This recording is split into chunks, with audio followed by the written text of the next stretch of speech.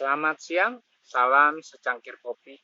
Hari ini, siang ini kita akan sharing bersama tentang gambar diri atau citra diri. Kenapa kita harus belajar tentang gambar diri atau citra diri? Karena itu adalah hal yang penting yang membuat kita bisa berhasil atau tidak di dalam kehidupan.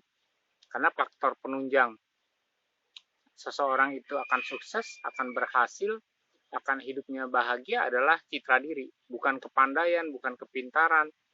Ya, kalau kita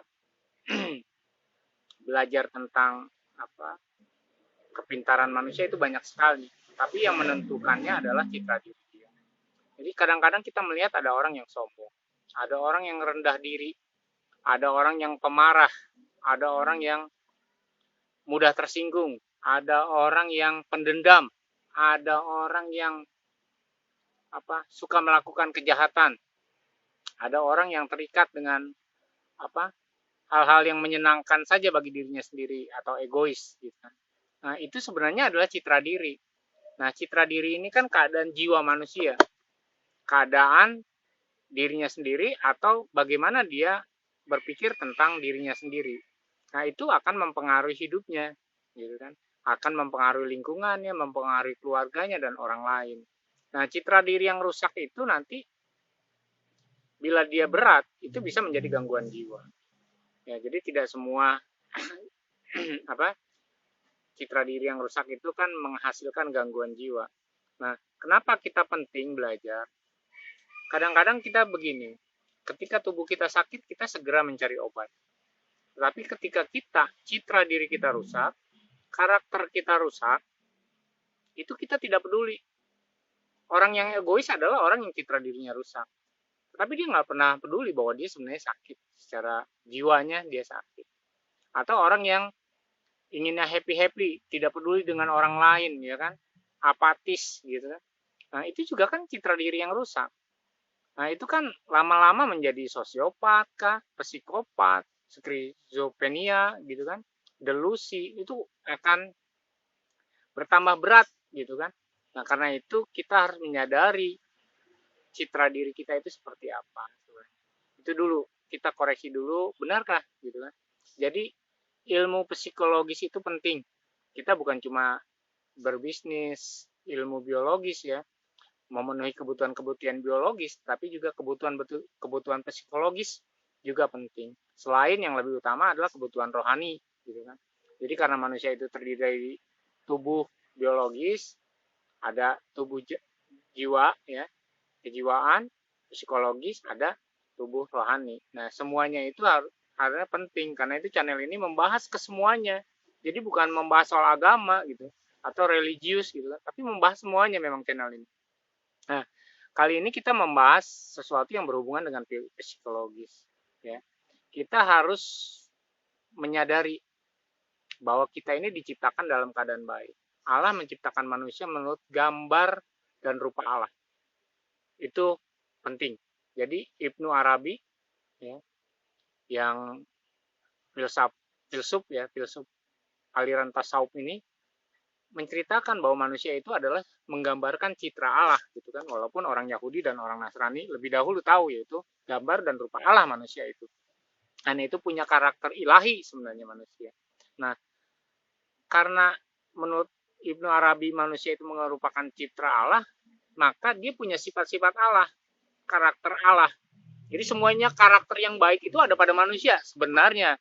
Jadi manusia itu diciptakan mempunyai karakter yang baik, tidak ada satupun karakter yang minus. Semuanya plus gitu kan. Sama seperti Asmaul Husna, karena nama-nama yang baik bagi Allah itu sebenarnya ada pada manusia gitu kan. Karena citranya baik. Tetapi kenapa akhirnya manusia bisa menjadi jahat, bisa menjadi sesuatu yang aneh gitu, bisa menjadi sesuatu yang bukan dirinya sendiri. Jadi kadang-kadang banyak manusia menyadari aku bukan diriku, gitu kan? Aku bukan diriku lagi. Aku bukan yang dulu lagi. Nah, itulah sebenarnya yang harus kita sadari bersama bahwa citra diri manusia bisa rusak. Nah, yang pertama yang menyebabkan citra diri manusia rusak adalah dosa. Ya, ketika manusia terputus hubungan dengan Allah, ya, tidak bisa lagi menjangkau Allah, tidak bisa lagi berkomunikasi dengan Allah, itu kan karena dosa. Dan dosa itu kan membuat manusia itu sebenarnya marah. Yang benar, semua orang berdosa itu gampang marah gitu kan. Ya, coba aja nagih hutang sama orang yang berhutang, dia yang lebih dulu marah.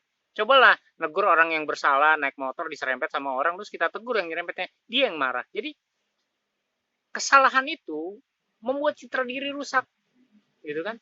Kesalahan itu membuat orang bersikap di luar nalar, gitu kan. Masa orang yang ditagih hutangnya lebih galak daripada yang nagih hutang? Seharusnya juga yang nagih hutang misalnya yang harus lebih galak daripada yang ditagih. Nah, kenapa? Karena semua orang citra dirinya rusak, sehingga dia tidak mengenal lagi dirinya, dia tidak alamiah, tidak natural lagi kan, gitu kan. Karakter dia tidak apa ya, tidak natural gitu kan.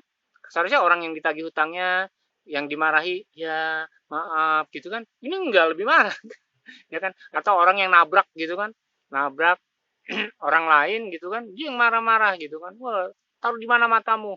Nah, seharusnya yang bersalah itu yang mengakui kesalahan, itu karena dosa, ya kan. Mengapa manusia akhirnya mencari agama, dan ketika orang beragama jadi sombong gitu kan.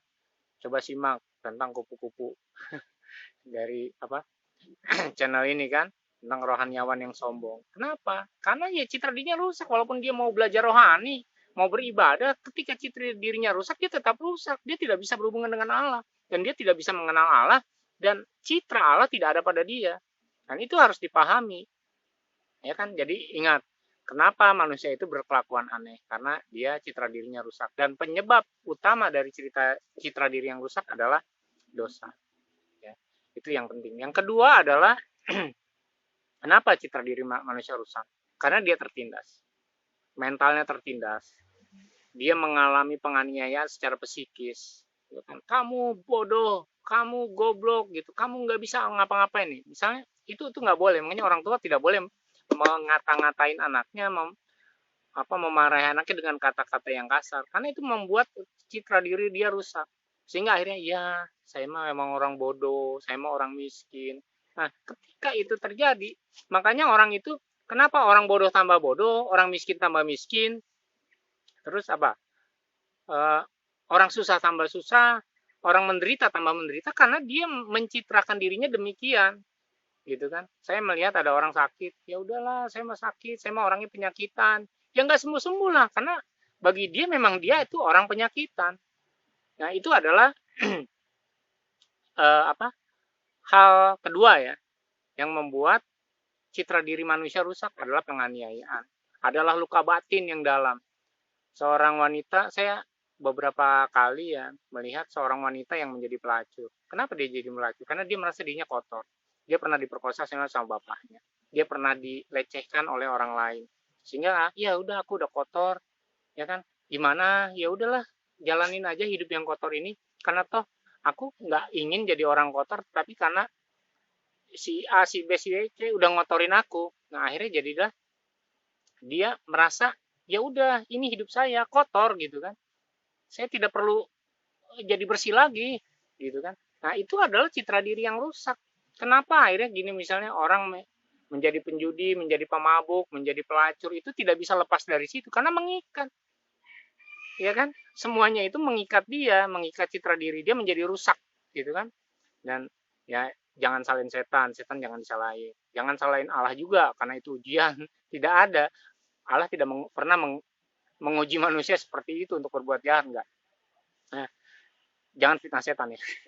Ya, jadi pelacuran, pemabukan, segala macam, misalnya perjudian, itu kan mengikat manusia. Terus ketika sudah diikat, citra dirinya ya rusak. Ya, saya memang penjudi, saya memang pelacur, kalau mau apa gitu. Nah, kadang-kadang kita bertemu gitu. Saya bertemu preman, ketika preman ini ditegur, bang jangan begitu. Ya, gue preman, lu mau apa? Nah, jadi dia mencitrakan dirinya sebagai preman gitu loh. Nah, itu yang harus kita pahami. Nah, ketika citra diri itu rusak, dia nggak bisa apa-apa. Dia akan miskin. Mana ada preman yang kaya? Mana ada preman yang hidupnya sejahtera, bahagia? Nggak ada. Nah, karena itu kan citra diri dia rusak. Dia tidak bisa ya melakukan kehidupan yang lebih baik, menikmati kebahagiaan. keluarga bisa hancur semua ketika orang memiliki citra diri yang rusak gitu kan. Saya banyak bertemu dengan orang-orang yang kalah ya. Kita menyebutnya dengan orang-orang yang kalah sesuai dengan lagunya Iwan Fals. Orang-orang yang berdosa itu kenapa perlu dikasihani? Kenapa tidak boleh kita hina? Kenapa tidak boleh kita jauhkan? Masa rohaniawan kalah sama Iwan Fals? Yang lagunya Iwan Fals, orang kalah itu jangan dihina. Dengan cinta kita tolong mereka. Jadi orang-orang yang kalah, orang-orang citra dirinya rusak, itu sebenarnya harus kita sadarkan. Kamu sakit, yuk kita obati yuk sama-sama. Ini kan psikologis. Jadi kalau ada tetangga saudara yang pusing, yuk kita berobat. Ya, minum obat ini deh, sembuh gitu kan. Terus ada orang yang luka, yuk pakai obat ini, pakai salep ini gitu kan. Pakai apa?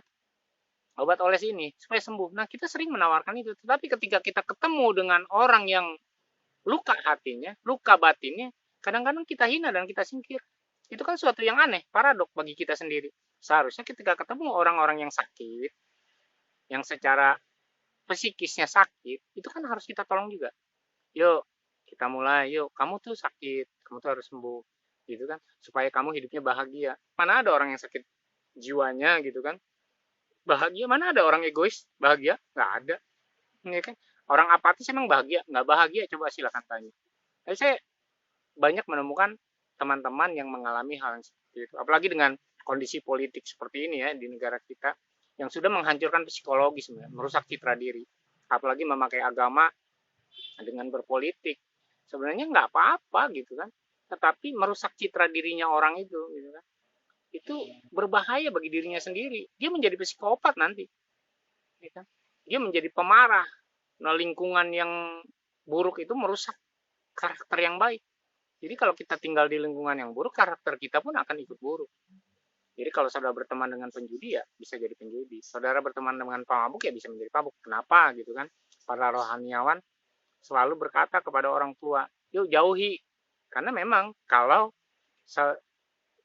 kita menjauhi pergaulan yang buruk, itu akan mencegah kita dari pengaruh-pengaruh yang buruk. Jadi itu yang harus kita pahami. Yang kedua adalah karena tadi adanya penganiayaan secara psikologis ya. Terus yang selanjutnya adalah orang tidak bisa menerima dirinya sendiri. Secara fisiknya dia tidak menerima. Nah, itu mempengaruhi luka batin dia. Ada orang yang dilahirkan cacat, ada orang yang buta, ada orang yang karena suatu kecelakaan dia menjadi lumpuh. Nah, ketika dia tidak terima dirinya sendiri, dia akan kacau secara psikologis. Jiwanya kacau, dia tidak bisa menerima, kenapa saya seperti ini, kenapa saya seperti itu. Tetapi saya banyak menemukan orang, ya salah satunya adalah Olimpiade Paralimpik. Ya, Olimpiade Paralimpik adalah semua atlet di seluruh dunia itu cacat, tetapi mereka ikut berlomba untuk untuk meraih kemenangan, berlomba, semua cabang olahraga ada di Paralimpik. Itu kan semua orang-orang cacat, karena mereka luar biasa. Dulu ada banyak musisi yang juga cacat. Ada Nick Vujicic kalau nggak salah namanya, itu juga cacat, nggak punya tangan tapi dia bisa main gitar. Coba kalau saudara hobi YouTubean, cari orang-orang cacat yang luar biasa di YouTube, banyak. Nah, ketika citra diri dia tidak terpengaruh dengan kecacatan dia, dengan kondisi fisik dia, maka citra diri dia aman-aman saja. Tetapi ketika keadaan fisik, keadaan situasi, lingkungan, kondisi dia itu buruk, itu merusak citra diri dia. Jadi, apakah citra diri saya rusak? Ya, citra diri saya pernah rusak. Dan mungkin juga sekarang saya belum sembuh. Jadi kita harus menyadari bahwa citra diri kita itu sesuatu hal yang tidak sesuai dengan citra ilahi lah. Kalau kata Ibnu Arabi, kalau kita tidak menjadi penyayang, berarti citra diri kita rusak. Kalau kita tidak pernah bersikap adil, citra diri kita rusak. Kalau kita egois, citra diri kita rusak. Kalau kita apalagi jadi psikopat, jadi jadi sosiopat gitu kan, delusi, itu citra diri yang rusak. Dan kita harus sadari. Jadi gini, kita bandingkan. Ya, jadi saran sederhananya tulis Asmaul Husna gitu kan. Kita tulis. Kan ada terjemahkan lah ke dalam bahasa Indonesia supaya saudara ngerti. Nah, saya tahu saudara belum tentu juga muslim kan. Saudara siapa aja lah agamanya siapa. Tulis hal yang baik tentang Allah dan cocokkan dengan diri kita. Kalau ada yang nggak cocok, berarti citra diri kita ada yang rusak. Kan gitu sederhana. Loh, kenapa saya egois? Kenapa tidak saya ingin disayangi tapi tidak mau menyayangi gitu kan? Kenapa saya selalu rebutan harta sama adik saya karena saya ingin menguasainya misalnya. Nah, hal-hal seperti itu kan citra diri yang rusak dan itu harus dipulihkan dan disembuhkan. Nah, ketika kita sembuh dan pulih, kita akan menjadi orang yang paling berbahagia di dunia, ya kan? Jadi itu yang harus dipakai. Kita akan dikembalikan lagi kepada citra diri Allah dan ketika kita memahami citra diri Allah, ya kita akan sembuh. Kita akan apa ya? Ada rekonsiliasi manusia dengan Allah, ya kan? Nah, dosa-dosa kita, kejadian-kejadian yang kita alami, itu kan menjauhkan kita diri dengan Allah gitu. Karena itu kita perlu yang namanya rekonsiliasi supaya roh kita bisa hidup. Karena ketika roh kita hidup berfungsi ya. Ketika roh kita berfungsi, hidup kembali ya kan, sama seperti laptop atau komputer yang mati terus kita hidupkan kembali, itu kan dihidupkan kembali kan. Roh kita tetap ada, ya kan?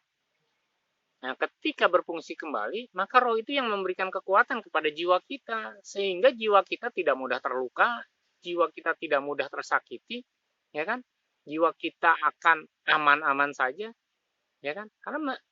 Karena citra Allah ada pada diri kita, yaitu melalui roh sebenarnya.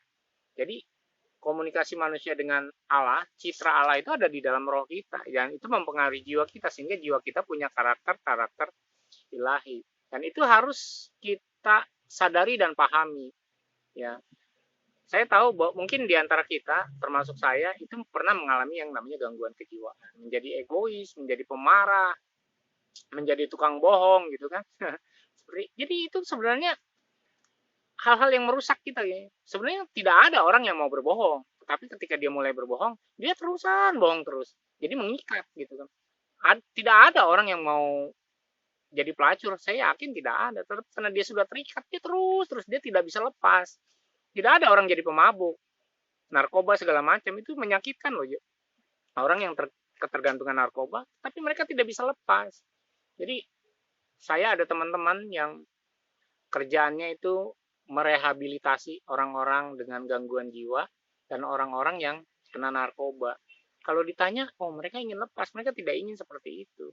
Karena itu pendekatannya psikologis, kita pendekatannya malah agak rohani. Karena kita ingin ketika rohani mereka hidup, hubungan dengan Allah direkonsiliasi, maka mereka bisa menang, mereka bisa sembuh, ya kan? Egoisnya sembuh gitu kan? Apatisnya bisa sembuh gitu kan? Itu hal yang penting. Jadi bagaimana kita bisa mengobati atau memulihkan citra diri adalah kita mengenal Allah. Semakin lama kita mengenal Allah, bergaul, ya kan, ibaratnya dengan Allah setiap hari kita ngomong sama Allah, nggak apa-apa, saudara nggak dengar suara Allah juga nggak apa, yang penting saudara menyampaikan semua keluh kesah saudara kepada yang maha kuasa, dia akan menolong kok, dia akan menolong, dia akan menyertai, ya kan, dia akan memberikan kita kekuatan dan menunjukkan jalan dulu yang benar. Nah, untuk bisa kita pulihkan, kita harus ditunjukkan pada jalan yang benar. Jalan mana nih untuk jiwa kita ini bisa pulih, citra diri kita ini bisa pulih. Ya, bahkan saya ketika saya belajar memulihkan citra diri saya tuh berkata bahwa saya adalah orang kaya, saya bukan orang miskin. Gitu. Iya, karena Allah memberikan kita kekayaan, walaupun dalam tanda kutip ya, jangan berpikir tentang uang, harta segala macam. Saya kaya hati, kaya segala macam. Saya orang kaya. Saya adalah orang yang kuat. Saya bukan orang yang cengeng gitu kan. Jadi kita harus memulihkan citra diri kita dengan demikian, tetapi itu harus mengenal Allah, harus berrekonsiliasi dulu dengan Allah. Selama kita hidup masih di dalam dosa, selama kita masih hidup di dalam sakit hati, ya kan, itu akan sulit citra diri kita pulih, apalagi saudara yang tidak pernah bisa mengampuni orang. Kondisi politik kita itu orang saling menghina, saling menghujat, udah gitu memakai nama Allah lagi. Diajablah engkau gitu. Ada lagi orang yang aku berdoa supaya dia dikutuk. Waduh. Ya kan, suatu ya nggak apa-apa, itu kan menurut saudara begitu Allah, ya kan, menurut saudara sendiri kan. Tetapi kan Allah difitnah. Allah mana ada mengajab manusia. Nanti diajabnya setelah akhir zaman gitu, di neraka baru diajab. Kalau sekarang enggak lah. Allah itu maha apa? hakim yang adil, tapi nanti, bukan sekarang, gitu kan. Kalau kita mengalami apa hal-hal yang tidak enak gitu kan di dalam hidup kita, atau hal yang kita ambil atau terjadi dalam kehidupan kita, itu biasanya karena apa yang kita tabur kita tuai, itu bukannya ajab. Kalau saya suka pemarah, saya dimarahin orang, ya itu bukan ajab, itu artinya apa yang kita tabur kita tuai. Kita nanam jagung, eh, dapat jagung, kita nanam padi dapat padi, itu bukannya ajab, itu adalah hukum tabur tuai. Saya petani, jadi saya paham apa yang kau tabur itu yang kau tuai gitu kan. Apa yang kau tanam itu yang kau petik gitu. Jadi itu bukan ajab. Jadi kalau ada orang ngebut-ngebutan terus kecelakaan, itu bukan ajab. Itu kan pertanggungjawaban dia. Kalau ada saudara, ada anak kecil yang saudara punya anak gitu, misalnya dikasih motor, dia nggak punya SIM, baru bisa belajar motor, terus dia kecelakaan, meninggal. Itu bukan ujian. Paham ya? Itu bukan ujian. Jangan salahin Allah. Oh, Allah menguji. Ini cobaan dari Allah. Yang enggak lah, orang itu perbuatan kita. Anak kecil kalau diajak disuruh apa bawa motor, dia bawa motor nggak aturan, ngesen apa sen kiri dia belok kanan gitu kan misalnya. Nah, itu kan apa ya? Oke, kita belajar bahwa kita sering menyalahkan Allah. Yang kedua, kita sering menyalahkan setan atas kejadian dalam hidup kita. Tapi sebenarnya itulah pertanggungjawaban kita. Nah, ketika orang melakukan itu kan citra dirinya rusak. Ya kan? Allah tidak pernah mencobai manusia. Manusia itu dicobai oleh keinginan dirinya sendiri. Ya kan? Nah, itu yang harus yang harus dipahami di dalam kehidupan kita. Lalu bagaimana supaya citra diri kita sembuh? Ya kan, itu tadi kita mengenal Allah. Ya, harus mengenal Allah. Syaratnya harus mengenal Allah. Punya tujuan hidup. Akhirnya menemukan itu, menemukan tujuan hidup kenapa?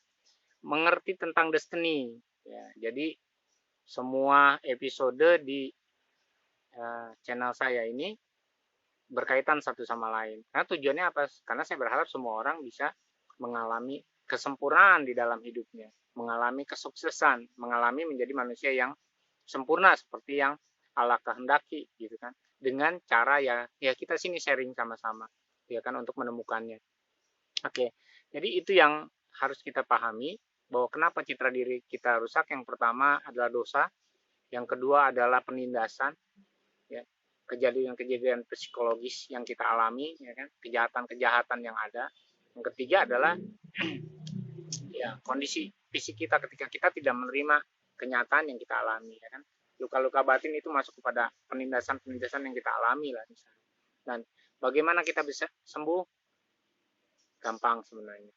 Mari kita mengampuni semua orang yang bersalah kepada kita. Ya, rugi menyimpan kesalahan. Semakin banyak lama kita menyimpan kesalahan, sebenarnya tubuh kita semakin rusak. Psikis kita semakin rusak. Dendam semakin membara. Yang kedua ya minta ampun sama Allah. Untuk rekonsiliasi itu kan minta ampun atas dosa-dosa kita. Ya kan? Coba kalau Adam tidak berbuat dosa, kita adanya di surga sekarang. Kan itu karena dosa kita ada di dunia, harus mencangkul, harus cari duit, ya kan, harus cari makan, ya kan. Harus membiayai sekolah anak istri, itu kan karena dosa manusia awalnya, sehingga kita ada di dunia harus begitu, harus melakukan ini dan melakukan itu. Jadi saudara, mari kita coba pulihkan diri kita dulu, ya kan. Ini bukan solusi untuk menyembuhkan luka batin kita, tapi episode ini hanya memberikan kesadaran. Saudara yang punya karakter yang tidak karakter ilahi, coba yuk kita sadari dulu. Mau menyembuhkan obat itu belakangan. Yang penting menyadari dulu kita sakit. Kan banyak masalah yang tidak bisa kita pahami adalah orang sakit tapi dia merasa sehat gitu kan. Orang udah jalannya sempoyongan tapi dia merasa, "Weh, gue baik-baik aja" gitu kan. Nggak bisa seperti itu. Nah, demikian juga dengan kondisi jiwa kita, dengan kondisi psikis kita, gambar diri yang rusak ya kan. Nah, mari kita sembuhkan. Nah, tapi kita belajar dulu ya kan. Belajar dulu untuk mengenalinya, mendeteksinya ya kan, supaya ketika kita menjadi orang yang belajar agama, belajar apapun, kita mengalami pemulihan ya kan, mengalami benar sesuatu yang benar yang akhirnya kita bisa lakukan. Ya demikian share saya. Jangan lupa ngopi, kita tetap semangat. Yuk kita pulihkan kondisi psikis kita.